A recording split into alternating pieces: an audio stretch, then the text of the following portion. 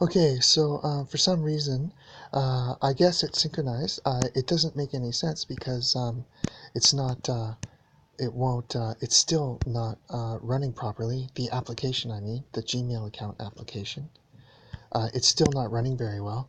And it's still, it does show my applications and stuff, so they did synchronize, but it will not synchronize now. So I cannot get it to synchronize myself.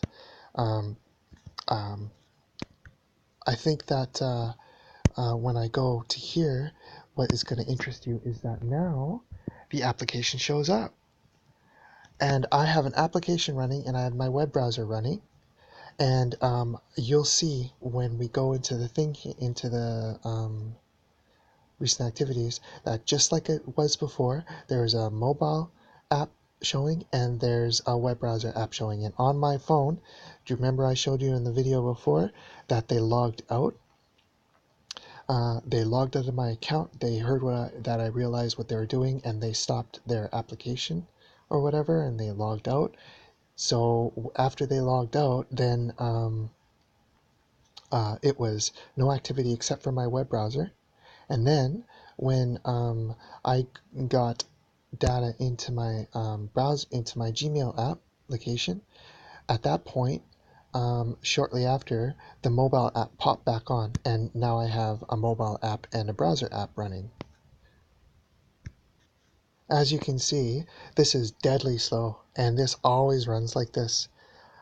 It always goes that slow. So here, the internet active, it never used to be like this when we first got the phone, and then as soon as they got their meat hooks into it, the connection is really slow. Um, I think that they filter our traffic and that's why it's slow. I think our traffic is going through their system, not directly to the internet. Now it's sped up a bit, but usually it's as slow as it was. So here on the very top, you'll see browser mobile. You see? And that's exactly the way it always is. See how they're synchronized? I have the Gmail app running now, but it never ran before. It never ran ever. I've had it disabled all the time. Autosync is off, so it won't synchronize. You see, and I can't get it. I don't want to turn it on. But remember before in the other video, synchronizing was turned on in the other video. Okay, so remember, I've never used synchronization on this phone, ever. I've never used Gmail app, ever, and yet here, last synced May 7th. Last synced on a Linux machine. And it says current address or current device is an Android. And yet there's another device connecting that shows up as Linux. Now here, you'll see the browser and mobile. See, on the left there? And that was when my mobile app was disabled. I disabled it, and yet there's an application still running. So even though I disable applications, they are running applications on another system, and the system is synchronizing to this system. I have no idea how they're doing it, but I'm telling you, it's high-level stuff, man. And they are actively doing it on a daily basis, and they've done it on all of our phones, on a Nokia 1520. They've done it on a BlackBerry. They've done it on a Nokia E71, and now this is a ZTE Android. So these people are horrible criminals, and they access these machines without you even knowing. There's no evidence of it. There's no data shows that they're in the system. They were on our computers. They were bypassing um, our firewalls. I set up our firewall to stop any in or out activity traffic. It never stopped them. They were still connecting. I removed all wireless cards, all Bluetooth cards on every single laptop.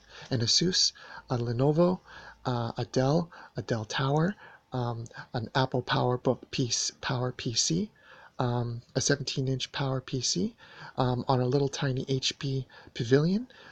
I even removed the hard drive on the Pavilion, and I was running Tails. Tails. I was running Tails on a shell system when I removed the wireless card, and they were still accessing that HP, and they were still turning off logs, turning logs back on, stopping DD rewrite because I was trying to get forensic evidence for files. They were turning off my DD process, and turning logs on and off, and that's without a wireless card and without a hard drive in the machine. And I was running Tails, booting from a USB.